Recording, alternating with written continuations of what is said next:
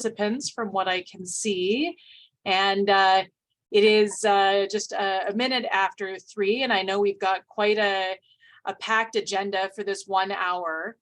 I would like to thank each and every one of you for coming and joining us today for Lung Cancer Canada's 2022 Stakeholder Briefing in honor of Lung Cancer Awareness Month. My name is Dr. Rosalind Juergens. I'm a medical oncologist at the Juravinski Cancer Centre in Hamilton, Ontario, and I'm the medical advisory chair for Lung Cancer Canada. And it's my honor to preside over this important press briefing. Today marks the release of our annual Faces of Lung Cancer report, which this year reflects on Lung Cancer Canada as an organization and what we have accomplished behind the scenes in our 20 years of being a support for the lung cancer patients across this country. There is a collection of 7 very powerful stories from across the country included in our Faces of Lung Cancer report. We have available both the English and French versions on our website. The English version is there. The French version will be there later this week. And I look forward to each and every one of you taking an opportunity to read these stories and look through that report. We couldn't do the wonderful things that we do if it wasn't through the supports of our community. We have multiple sponsors of today's lung cancer briefing. So I would like to thank Amgen, AstraZeneca, Bayer, Bristol Myers Squibb, EMD Serono, Jazz Pharmaceuticals, Eli Lilly, Merck, Pfizer, Roche, Sanofi, and Takeda for all of the supports that they provide to us. They help keep us doing the things that we're able to do alongside the fundraising efforts of lung cancer patients, survivors, and caregivers across this country. So I would like to introduce our first speaker. It is my absolute privilege and honor to introduce one of my brilliant colleagues and someone that I call a friend, Dr. Stephanie Snow. Stephanie is the president of Lung Cancer Canada. She is a medical oncologist at the QE2 Health Sciences Centre in Halifax, Nova Scotia, and she is going to be speaking to us about lung cancer awareness through her president's address. So welcome, Stephanie, and thank you very much for speaking for us today. Thank you so much for that kind introduction, Dr. Juergens, and thank you to everybody who came and took the time to attend our stakeholder briefing for 2022. When I was preparing my president's address for this year, I chose to go with 3 words that I really felt represented the past year and our way forward: reflection, reaffirmation, and regeneration. And I think I've got a few slides that will hopefully, yeah, here we go, to run through and keep me on track as I talk about some of the highlights. So I'd like to start our highlights by telling you about our strategic review. This is our 20th year as an organization. And as we entered that, we held a strategic review on March 4th, 2022, which was hosted kindly by 360 Public Affairs. Before our meeting in person, we did an extensive internal and external survey process. And that allowed us to really reaffirm the value that we're already recognized for and that we value internally, including our ability to provide awareness, information, and education, support resources, one-on-one and group supports for patients with lung cancer and their families, and also the advocacy. And we really focused on what differentiates us from many other cancer organizations, the fact that we are 100% dedicated to lung cancer and the unique experience of lung cancer patients. During our strategic review, we also had the opportunity to focus on some of our weaknesses, including the need to enhance our human resource pool by making informed and smart hiring decisions to bring in the skill sets that we need for future visions, the need for a website makeover, and the paucity of resources and content available for many of our Francophone patients and their caregivers. And finally, we talked a lot about the challenge of accessing and meeting the needs of the large part of the lung cancer patient population who cannot engage with us through traditional mediums of written information and virtual content due to educational and socioeconomic barriers. Overall, the retreat was a great exercise to help us really move forward with focus on those things we've been doing well and have been bringing great value. Those things that we need to protect and maintain, but also identifying areas we want to continue to develop and expand, and finally identifying new areas to start exploring as novel areas of focus. Now, the strategic review happened at a great time as we were emerging from the stricter lockdown. And maybe we can go back one slide, Julia. I'm not as fast as you are. Great, thank you, hon. That we've been working under since the beginning of COVID. And so COVID in many ways made our organization more flexible, moving away from a physical hub based in our downtown Toronto office to a virtual workplace that allowed us to more readily engage personnel and volunteers from across the country. And that's allowed us to really move forward with a hybrid model. As many Canadians became more comfortable with engaging through virtual media, we were able to reach out more and more across the country. For instance, with our first virtual patient national summit, and mark your calendars for what's shaping up to be another great national summit on December 6th this year. We also have had the highest attendance on record for the annual Evening of Hope since we've moved virtually. And this year we had countrywide participants spanning from the patient story of hope from Nova Scotia to our amazing entertainment provided by Laura Floyd, a comedian and lung cancer survivor in British Columbia, all the way on the other coast. That being said, with our hybrid model, we're also thrilled to be back to having the option to host in-person patient events. And this month facilitated one in Vancouver and a first of with an event in Montreal that was en français pour la première fois. Next, we've been able to move forward with enhancing our research portfolio, supporting research in lung cancer, especially research that aims to support early diagnosis and equitable access to healthcare and therapies has long been a cornerstone of the Lung Cancer Canada mandate. And this is directed by our great research committee and most notably the Jeffrey Oger Memorial Annual Research Grant that they administer every year. This year, we are thrilled to launch a new grant, the Lung Cancer Canada Lung Ambition Award, which will provide $100,000 to lung cancer projects annually. So we are so thrilled to move forward with that. Next, if you want to move forward, we have been continuing our partnerships. Lung Cancer Canada has a long and rich history of fruitful partnerships with organizations and groups with whom we share common goals. Many of these projects have been done with the Lung Health Foundation, with whom we continue the Stop Asking the Wrong Question media campaign. During the past year, we've added new partnerships, including with Excel, the National Cancer Patient Exercise Program, who has launched lung cancer-specific exercise classes. The Give a Breath 5K fundraiser, which is based in Edmonton, but is quickly becoming a national fundraising force. And to launch this year's Lung Cancer Awareness Month, we participated in an amazing webinar to raise awareness around lung cancer screening with CARP, the Canadian Association of Retired Persons. And that was wonderful because we could really reach out to a lot of people who do not have lung cancer, but may very well benefit from lung cancer screening. Next, I want to talk about the Airways of Hope. The Airways of Hope was a great initiative launched last year. And that's been providing one-on-one support by our oncology social worker, Elizabeth Verston-Bose, who has been able to support our patients and families with the multiple social, financial, and psychological strains a diagnosis of lung cancer brings. And it was with great joy this year that we were able to secure funding to continue this program. And so this will continue to run next to our other support programs, including our group support and our peer-to-peer support, and of course, Kayla's Angel Fund. Next, I would like to talk about some of the work done by our immediate past president, Dr. Paul Wheatley Price. In his current role, he's continued his dedicated volunteer work, and just one of the things to which he contributes are our podcast and webcast. And we've noticed that they continue to attract larger and larger audiences. And in keeping with our commitment to provide more content for our Francophone population, we are pleased to let you know that a French language series is well in the works and will be released soon.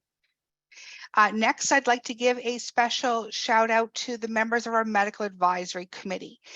The past 2 years have been unprecedented in terms of the number of health technology assessment files for novel lung cancer therapies and indications in Canada. And our Medical Advisory Committee, under the leadership of Dr. Rosalind Jurgens, has not failed to provide formalized input for a single file. And we are so grateful to all of the volunteers who take the time to write the submissions and provide feedback on those to make sure that we are providing the strongest case possible to support lung cancer patients' access to funded treatments. Next, in terms of lung cancer screening, this has been an exciting time as we've been seeing screening programs and pilot projects rolling out, and they're now in BC, Ontario, Quebec, and most recently Alberta. Other provinces are working on their business cases behind the scenes and will hopefully be able to soon join the ranks of Canadians where high-risk patients and people for developing lung cancer will have access to the screening CT scans needed to detect early-stage lung cancer when they're curable before people get symptoms. In addition to participating in the public education initiatives that I mentioned, like with CARP, to ensure that those who should and can access lung cancer screening do so, we've also been able to provide support and advocacy at a government level to promote the institution of new programs and the expansion into areas of greatest need for those provinces who have already started screening. Finally, our vision for the future. As you will read in this year's Faces of Lung Cancer, equity and disparities remain major issues for many whose lives are touched by lung cancer. Looking forward to the next year and indeed the years ahead, we hope to better reach out and help those who cannot as readily reach out to us as those who have joined us here today, and to give a strong voice to those who need it the most. Thank you all for joining us for the 2022 Stakeholders Briefing today. Thank you so much, Stephanie. That was a fantastic overview, and I love your 3 R's. That was absolutely great. I'm going to take just a couple of minutes to give you a bit of a whirlwind look at some of the new technologies and treatments that we have been so privileged to have evaluated, and now Health Canada approved, and some of them funded across the different provinces. Next slide, please. So this is a summary slide that I've created that just describes the targeted therapies that are currently Health Canada approved or being reviewed. We have learned in lung cancer that lung cancer is not just one homogeneous disease. It's actually many, many different types of cancer defined by their molecular drivers. So this is just some of the drivers that we're aware of. We now do testing for upwards of a dozen different driver mutations in lung cancer. And that's been one of the bits of excitement in this last year, is that many of the different provinces have moved forward with funding for something called next generation sequencing to allow us to determine what mutations might be driving an individual's lung cancer. We've known about drivers such as EGFR and ALK for years, but we now can do testing for expanded other mutations such as ROS1, RET, TRK, BRAF, and something called MET skipping. There are multiple agents that have gained Health Canada approval over the years, and this is just a listing of the alphabet soup of the medications that are currently out there. I would like to just highlight a couple of the ones that have come in this most recent year. For example, for the first time, we have not 1 but 2 approvals in the post-surgical setting. So these are curative intent patients who have had a resection of their lung cancer, and there is potential now for one of several different treatments if you have the right biomarker identified on your tumor. For those patients who have resected epidermal growth factor receptor lung cancer or EGFR mutated lung cancer, there is an approval for a drug called osimertinib. There's also a new immunotherapy approved in the post-surgical setting. This is a atezolizumab, and it's approved by Health Canada for patients who have something called high PD-L1 expression on their tumors. These are both available through compassionate programs through the representative pharmaceutical companies who make these agents. We also have had multiple approvals in the metastatic setting for those patients with stage 4 disease. We have 2 new ALK inhibitors that have been approved, brigatinib and lorlatinib. We have a new ROS1 inhibitor approved, entrectinib. We have 2 new TRK inhibitors that are being moved forward for funding. It's been 4 years in the making, but larotrectinib has now been situated with a price that's negotiated, and we're looking forward to hearing of the provinces picking up funding for TRK fusion lung cancer. There have been 2 agents Health Canada approved for MET skipping. Unfortunately, we're still working through the process of trying to get a positive recommendation around the health technology assessment and funding for those drugs. We've just had recommendations for 2 agents, pralsetinib and selpercatinib for RET. So we've seen lots of progress. More recently, we've also seen a drug approved for something called KRAS mutated lung cancer. These are all things that we do, both patient submissions and physician submissions for each of these health technology assessments. The future is quite bright. Next slide. We also have seen additional approvals within the immunotherapy space. I mentioned that we have a new treatment in the post-surgical setting. We also have a new treatment in combination with chemotherapy in the pre-surgical setting. This actually is expanding, in my opinion, the number of patients who might benefit from systemic therapy around surgery, in that it broadens the chemotherapy options we use and adds the addition of immunotherapy across multiple PD-L1 statuses. We also now have a chemo-sparing combination with nivolumab and ipilimumab in combination with just 2 cycles of chemotherapy in the metastatic setting. So we've seen some movement in both the curative intent and the metastatic space with immunotherapy. I think these treatments bring us hope of more and more patients living longer, and in my opinion, and in the patients' opinions, living better with lung cancer. So this is a whirlwind tour of some of the new treatments that are available across Canada in the lung cancer space. Next slide. So let's stop talking about all the science stuff. What I'm really excited for in this press briefing is to hear the stories of several of our lung cancer patients. We have the privilege of hearing from 2 of our lung cancer patients today. We're going to be hearing from Claire Ford, and we're also going to be hearing from Leon De Silva. I thought we could move forward with these conversations. Maybe we can start here with Leon. I'll give a little brief highlight. Before being diagnosed with stage 4 lung cancer, my screen just moved, my apologies. Leon was actually living with his wife and 2 sons in India and balancing a career that led him to travel across the globe. In 2022, he was diagnosed, and he's going to tell us a little bit about his 3 letters. Stephanie has 3 R's, and it sounds like Leon has the 3 P's. Leon, why don't you tell us a little bit about your story? Thank you, Rosalind. And for those of you who have not heard my story, my name is Leon De Silva, and I'm married to Lorraine De Silva for 36 years.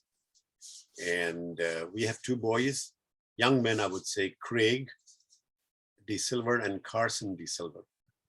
And for the most part of my life, I worked with Eastman Kodak Company, Rochester, New York, but based out of Dubai.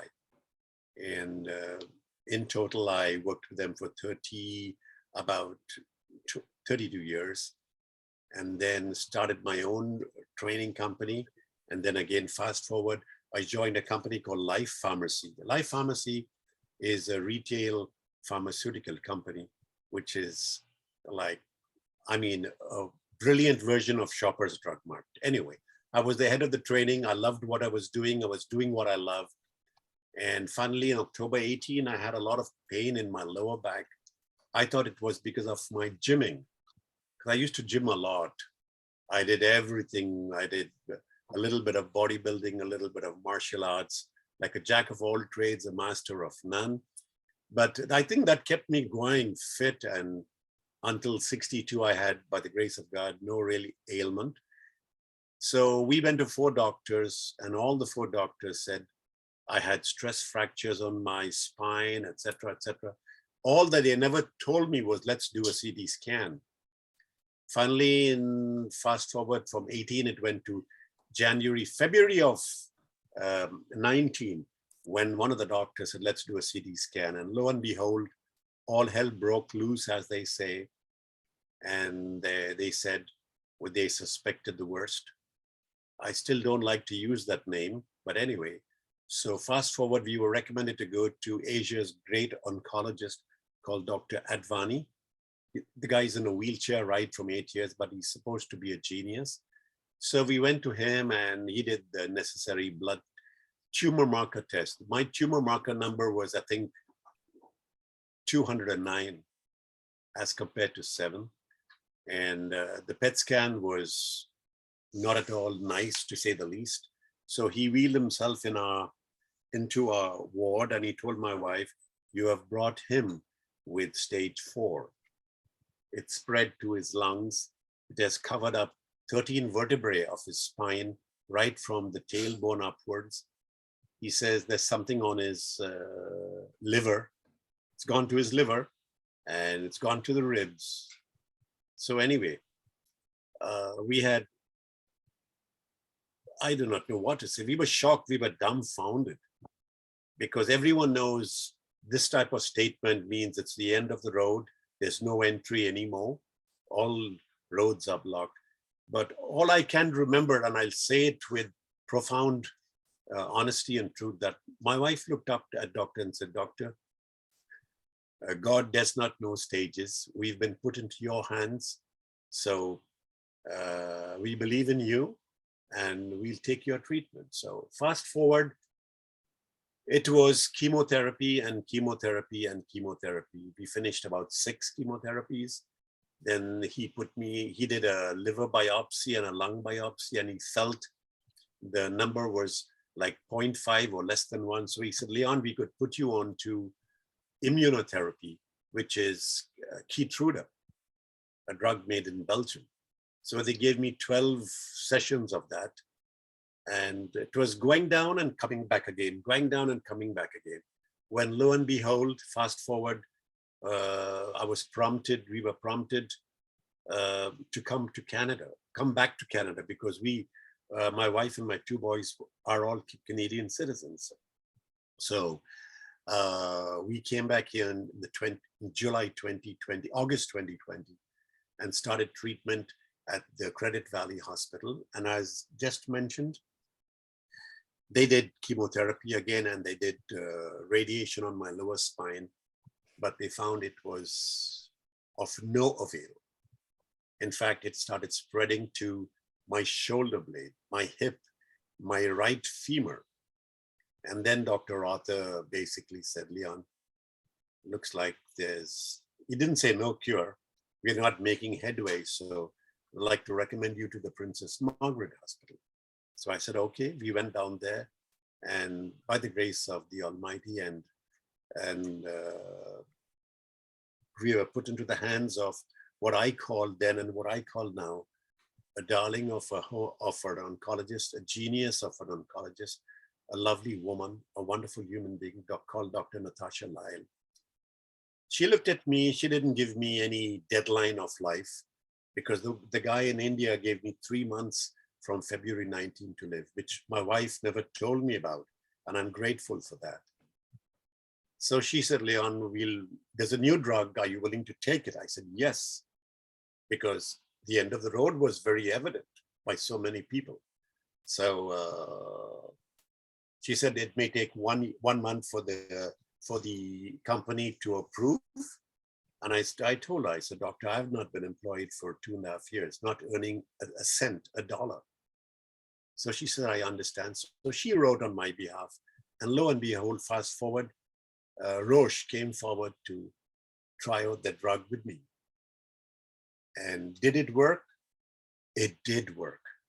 And it's working. So again, fast forward, I was put on pralsetinib, 2 tablets, 2 capsules a day from March of 21, March, April 21, I believe, till now, till yesterday, I'm still on it. And there was progress with every scan. There was some form of shrinkage. There was some form of less pain. The pain didn't go away on my spine. And from not being able to walk, and then in the bargain, the illness did block up a vein in my left femur, it was called the femoral vein, I guess, which made my left leg swell up very, very, very badly, grotesque, out of shape. And then it came back and all was done. And we carried on the treatment. And I believed in the treatment. That is one thing I have to admit and tell this audience. I did believe in the treatment. And I visualized, I used every possible form of positivity. Like I told my wife and told my friends, please do not tell me about anyone sick with this ailment or dying, because I cannot do anything about it. And from my point of view, it brought me a little closer to my Creator. And I was in a state of peace, happiness, forgiveness to anyone who's ever hurt me, and no carrying revenge. I just went into a mode which no one told me to go into, And fast forward, I could not walk when I had the femoral vein blocked. I really couldn't walk even from my bed to the washroom.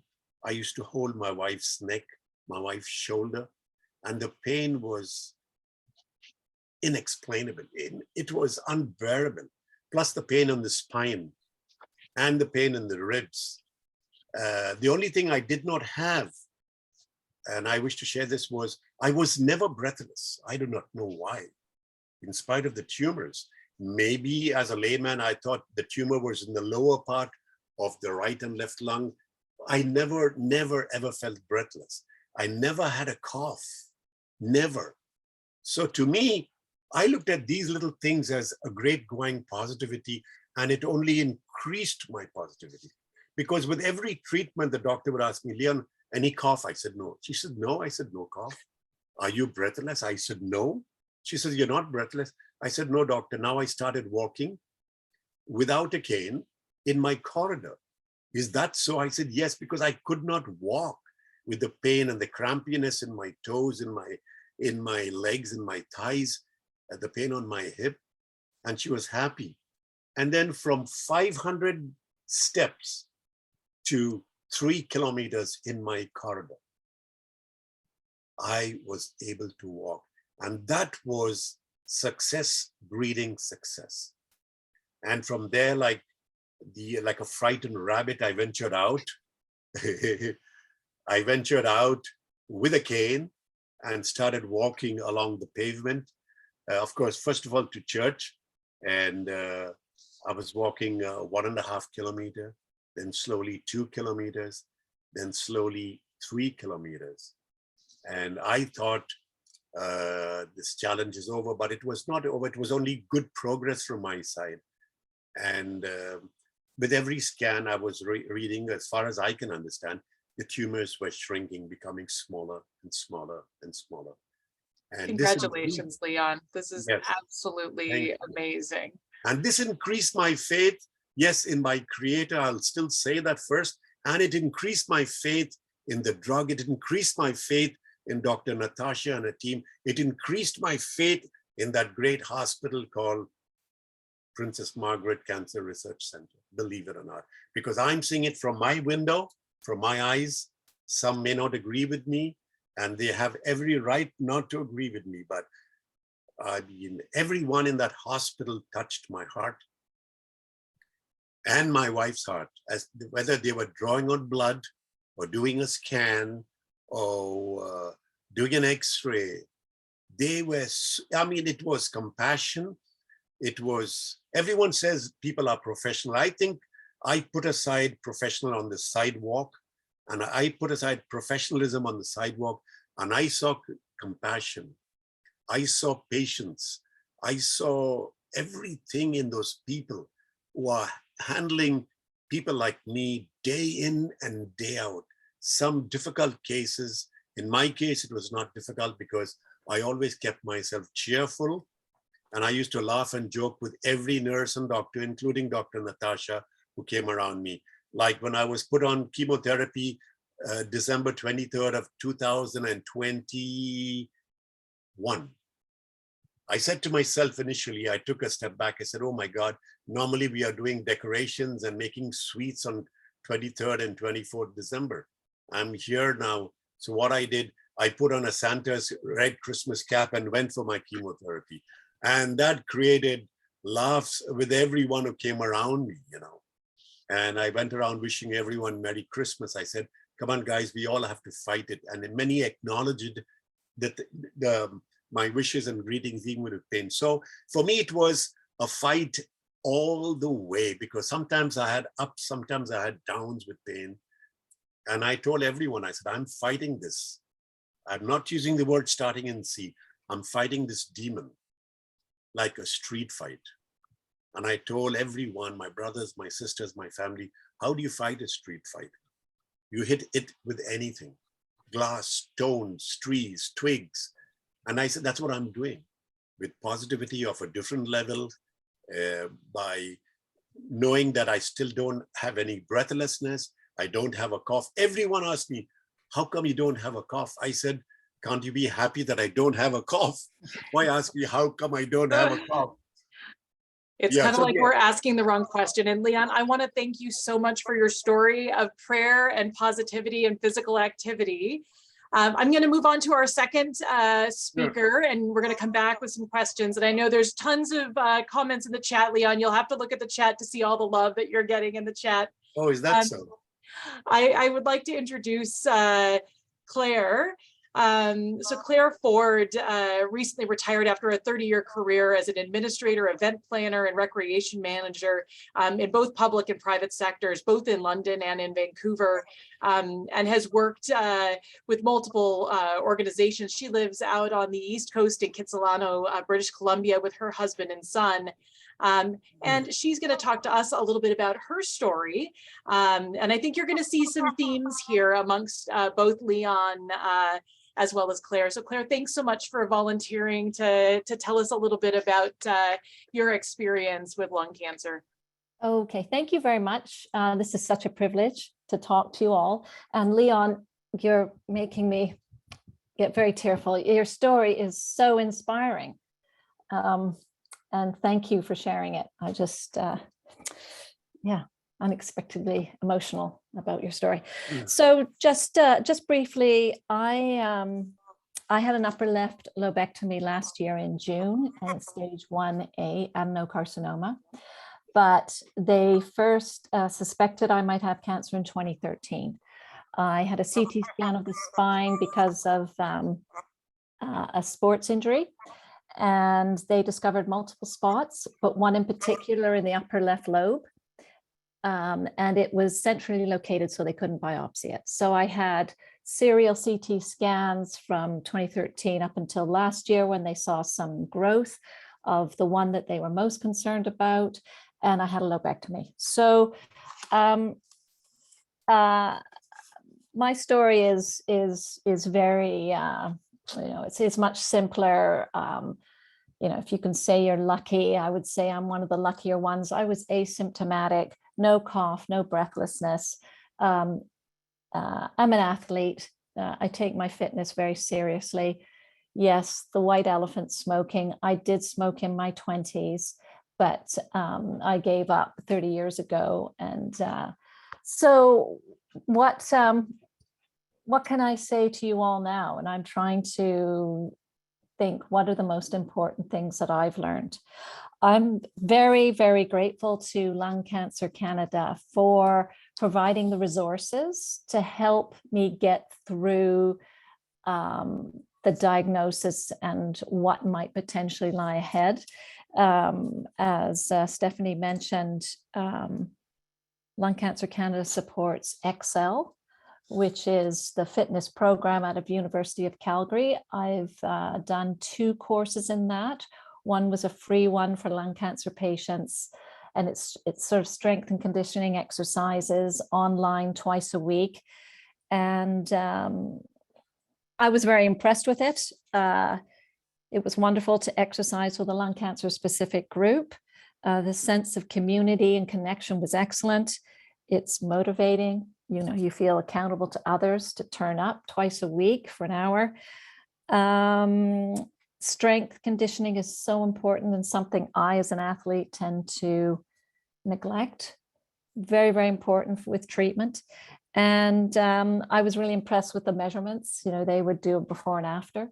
So with the lobectomy, it was kind of easy for me 3 months later, because I've been fitness is such an important part of my life. I recovered 3 months later after my lobectomy, and I was out playing field hockey, one of the most demanding sports.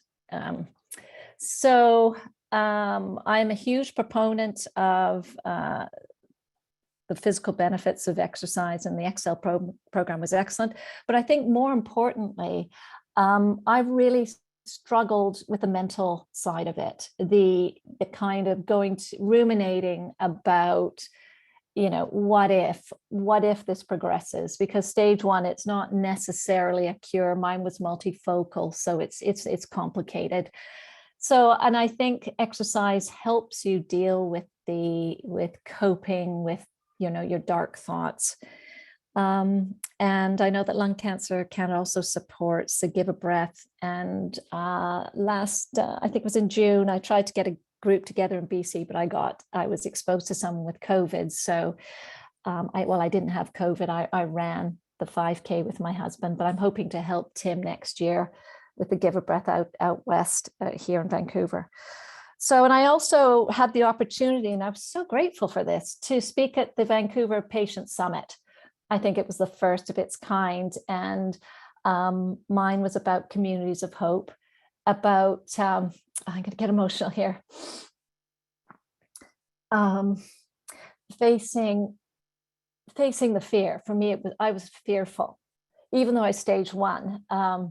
I'm an athlete. I did not want to have a piece of my lung removed. And I realized that actually I was one of the luckier ones to have that as even an option. So by connecting myself with others through Lung Cancer Canada, I was able to see the positives that actually, okay, no, it's not great, but it helped me move through denial to acceptance to kind of facing it head on.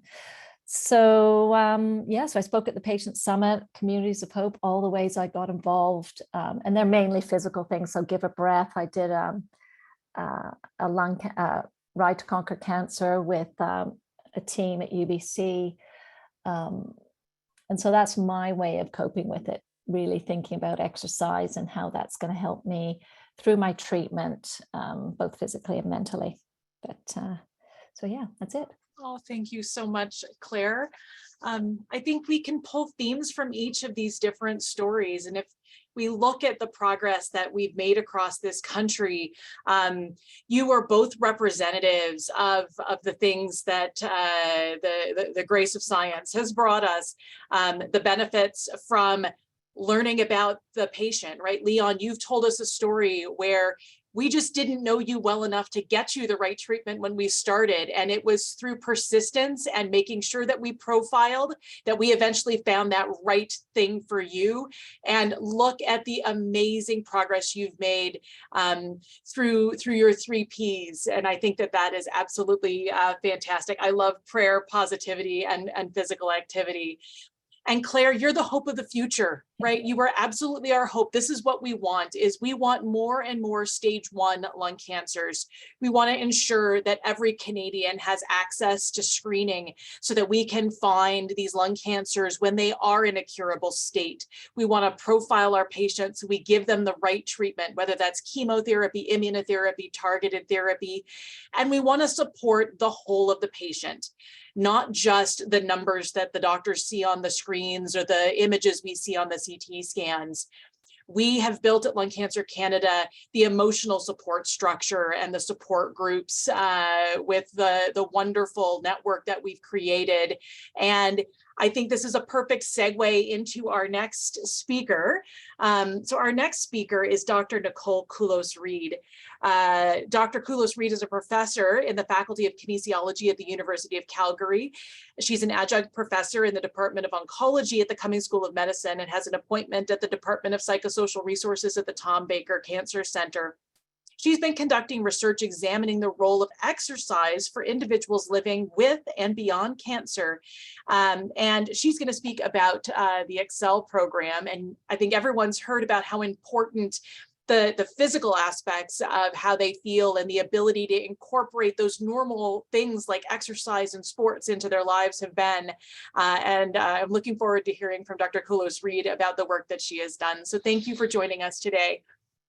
Oh, thank you so much for having me. And it was so wonderful. Unfortunately, I didn't hear all of your story, Leon, because I was actually giving a talk right before this, but I heard all of Claire's, and I did hear mention from both of you the role of physical activity and exercise in the programs you've tapped into. So Leon's a bodybuilder, so you got nice. Well, I'm going to start with a story as well, actually. So this works well. Got to put my glasses on because I can't see anything.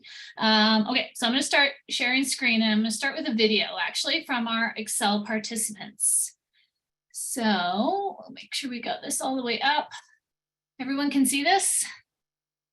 Perfect. Hopefully you can hear it too. I can't get over in 3 months how much stronger I am. I really noticed a difference in my strength, my endurance. At first, I thought it was just going to be a physical thing, that it would help me keep fit. But I found other benefits, like certainly my balance and my flexibility. I really think that the Excel program helped me to sort of manage a lot of the side effects that I was experiencing. For my neuropathy and chemo brain and fatigue, it did help a lot. As soon as I started exercise, my fatigue levels just started to drop. I don't struggle to, get out of bed, stand up, tie my shoes, all kinds of daily stuff. It just improves the quality of life too. It's been life-changing for me. Not only for physiological reasons, but for mental health reasons. It really impacted my mental health too. It's kind of nice that I can control my cancer journey. Exercise has become one of those things to me that it is part of the cancer treatment puzzle. I can't see me being without it.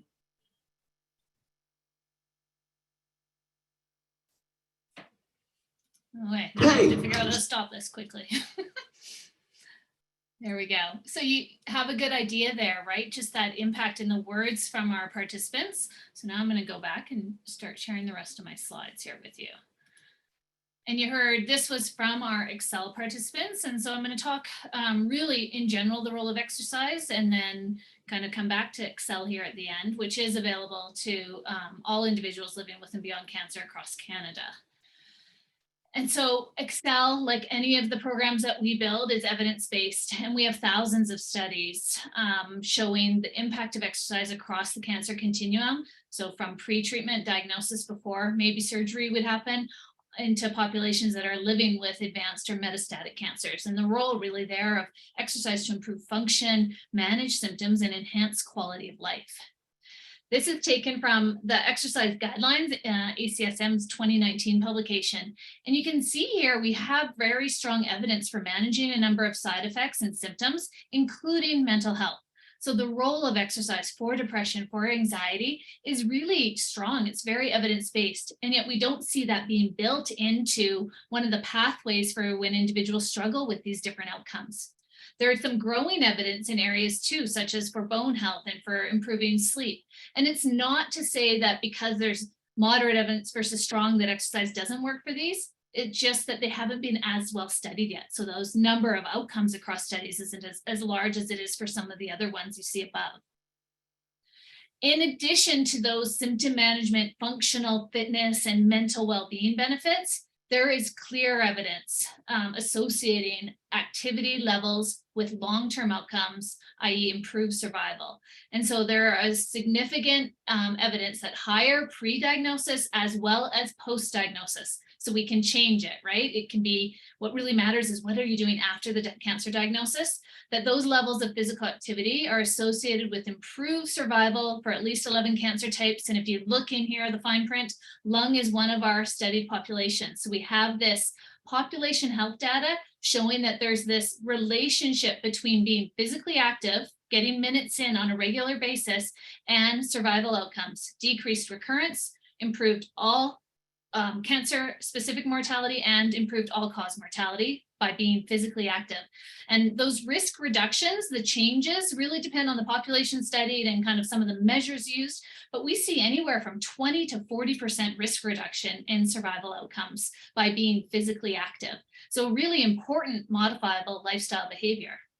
So all of that evidence is really, great, but if we don't move it to practice, it just stays out in that academic world of our publications and everywhere else. So there's been a few things that have been done to try to make this part of cancer care.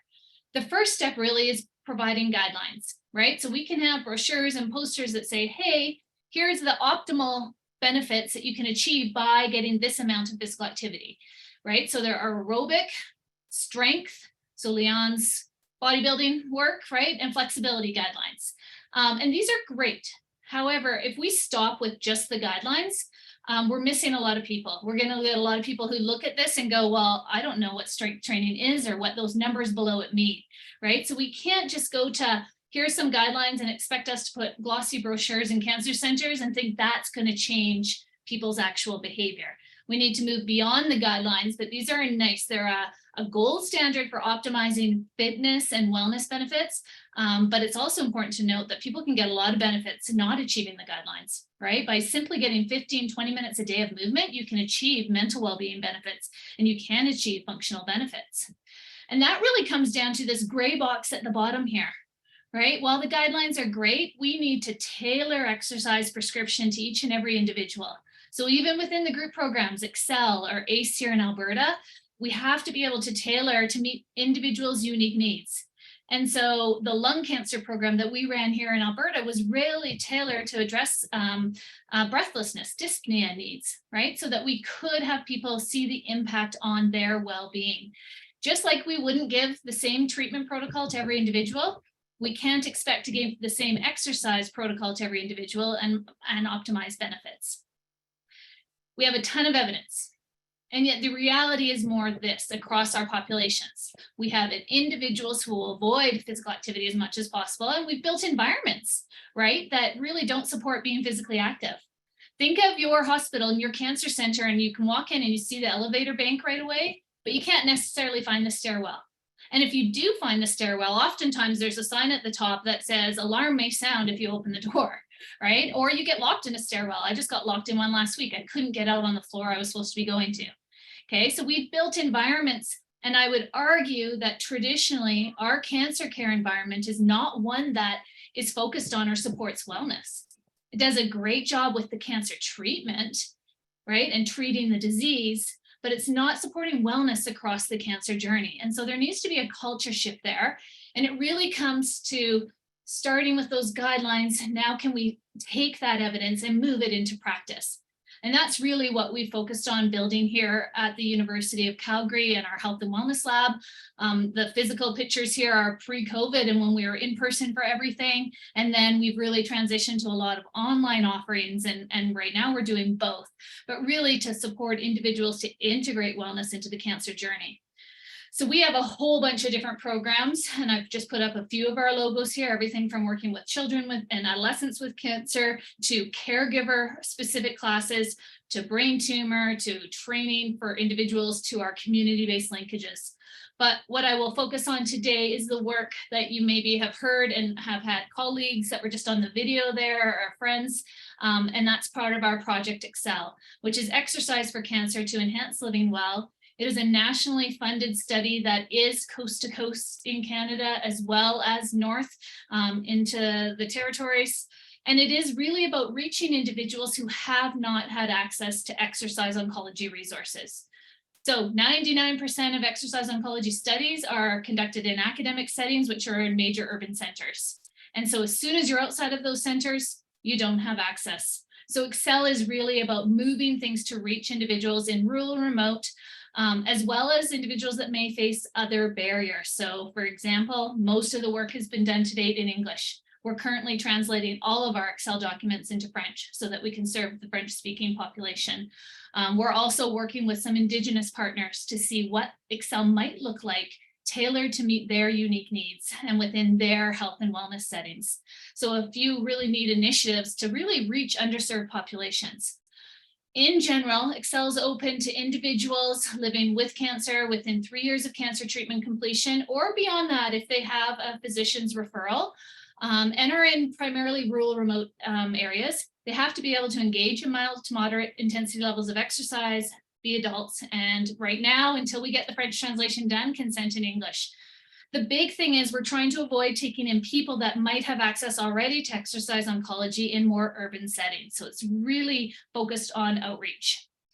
It is delivered online primarily, other than in the Maritimes. We do have in-person classes in the Maritimes in smaller centers, but to date it has been primarily online. It started during COVID, so the being online worked quite well for us, although it was definitely harder to recruit because cancer centers didn't allow us to have the same access and ability to just speak to it. But you can see what we've managed to do so far. We're actually in Calgary. These are from earlier this fall. We're actually over 350 participants now out of our Calgary hub. So this is just one hub. We have hubs in Halifax, Toronto, Calgary, and the Vancouver hub opens this winter. And so really it is about our hubs serving then the geographical regions around them. We have 58% of our participants to date are on treatment. So these are people that are in the cancer care system, not just people outside and into longer term survivorship. So dealing with higher needs, more immediate symptoms and side effects associated with treatment, and we can tailor the exercise to reach their needs. Part of developing the ability to deliver this sustainably is training QEPs, and that's our qualified exercise professional. Oops. Okay, our qualified exercise professional. So we have a very robust training program that allows us to have safe and effective programs delivered across different online settings or in communities and ensure that we can offer that tailored support. We are currently right now recruiting for winter 2023. We will have at least 4 online classes out of the Calgary hub, led by QEPs, as you can see, in Alberta, Saskatchewan, and the Northwest Territories. And we will have 1 in-person class here in Alberta. In BC, we hope later this winter and spring, as they come on board, that we will have an additional 3 to 5 online classes there. And then Toronto has 4 to 6 classes online, and the Maritimes has 3 online and 4 in person. So a lot of programming, really expanding the reach and making sure we're trying to bring in as many individuals as we can that are eligible for the program. So why are we doing this? It's simple. We believe that exercise must become part of standard cancer care, right? It has to be a change in a shift in acknowledging that more individuals are going to be living with the side effects of treatment. Okay, and that we have to support wellness and enhance their quality of life. So this was a paper specific to breast cancer, but it took really our model for how do we put this into cancer care, starting at diagnosis in the clinical setting and working with a team to integrate referral, screening, and triage to the right cancer rehab needs, including exercise programming. Okay, so we've got a model that we know works. We're doing it here out of our Tom Baker Cancer Center, working with physiatry, rehab oncology, and our clinical exercise physiologists to put the patient at the center of our care and ensure we can address their needs through wellness programs. And this is really a critical element of how we see exercise as part of cancer care, because typically, if anything is standard, it's brochures handed out that say, hey, here's your exercise guidelines, and we give it to an individual and we say, hey, It's up to you. So Leon, get exercising. You can do it. And Claire, get exercising. You're already an athlete, so it might be easier, right? We give it to people and we say it's up to you. That isn't really supporting behavior change because it puts all the pressure on the individual. Rather, we want to support the individual and empower them to make the change by building an environment around them, their interpersonal, the organization, and the larger community that they live in that supports them being physically active. Okay, so it doesn't leave it all up to them. It says, well, yes, you can choose to go into this, but here's the program that's tailored to meet your unique needs. Here's the trained professionals that know how to deliver a safe and effective program for you. Here's the links to your community supports that will deliver the program. And oh, by the way, you can get insurance health coverage for this so you can access these programs without cost to you, right? We can all dream. We're getting there. In addition to those resources, I just want to point out before I leave you this afternoon that we have all sorts of free resources available online. So if you can't access a program, it doesn't fit into your schedule, you want to learn more, you want to just explore this on your own, we've got cards, we've got postcards. If you want these printed, we can send them to you for your different settings. We've got resources through Thrive for Cancer Survivors, which is our University of Calgary website. Under the Survivor tab, there's a YouTube channel. You can watch videos. You can work along 10 weeks of our 12-week program. We've got a wellness manual, which I might have a picture with next. We've got all sorts of things that we can send to you, printed or e-versions, to give to your local care centers, right? All sorts of materials. We've also got a whole host of educational materials through our educational website at Thrive Health Services. And again, all of this is free, okay? So anybody can access it, download it, share it, give it to your healthcare provider. It's really about changing the face of cancer care and really supporting wellness across the entire cancer journey, and not just waiting until people are into survivorship and then maybe are looking more for it. We want to make sure they're introduced and educated about this sooner rather than later. And so with that, I've got my contact information here. The best way to reach us is definitely via email. So if you hear anything today or you're like, she talked really fast and I need to know more about X, you can give us an email and a member of my team would be more than happy to reach out and provide you with any information, including more from Juliana, who's our amazing research coordinator for Excel. And we're currently doing intake for our January program start date for that. So with that, I will stop my screen share here and I am more than happy to answer any questions or comments. Oh, thank you so much, Dr. Poulos-Reid. That was an amazing presentation. I'm so thrilled that you have taken this bent with your research, and I know personally that this has impacted patients across this country. So thank you for everything that you have done. We've just got a couple of minutes left in our hour for this stakeholder briefing. I would like to thank all of our speakers, Dr. Stephanie Snow, Leon De Silva, Claire Ford, Dr. Poulos-Reid, absolutely amazing. I want to thank those of you who have been participating in our Lung Cancer Awareness Month activities. Thank you, Tim, for your wonderful global news presentation that you did. And thank you to all of you who have given your patient stories at our evening of hope and have volunteered your time and your compassion to those with lung cancer across this country. I once again want to thank our sponsors, Amgen, AstraZeneca, Bayer, Bristol Myers Squibb, EMD Serono, Jazz Pharmaceuticals, Eli Lilly, Merck, Pfizer, Roche, Sanofi, and Takeda. Without their supports, we wouldn't be able to do many of the things that we do to help support patients across this country. I again want to remind everyone that our Faces of Lung Cancer report is available on our website. The English version is available now. We will shortly have the French version, so keep an eye out for that. And then last but not least, I would like to remind everyone that we've got one last Lung Cancer Awareness Month event that's coming. We couldn't squeeze everything into the month of November that we wanted to do. So we've got a bonus event the first week of December. On December 6th, from 5 to 7 p.m. Eastern Standard Time, we are having a virtual patient summit. We have put the registration link into the chat. It's also available on our website. We would absolutely love to see each and every one of you attend our virtual patient summit. And I love Dr. Kulos Reed in the chat. We've put a link to her program in the chat as well. She's going to help figure out how to get us all moving alongside all of these things. And I think we'll all remember Leon's story and Claire's story as inspirations to keep us up and keep us moving and keep our lungs moving and breathing. So I think that's the last of what we have to cover in this press briefing. I do want to thank everyone for their attention and time today. I know how busy everybody is, especially with the looming holiday season.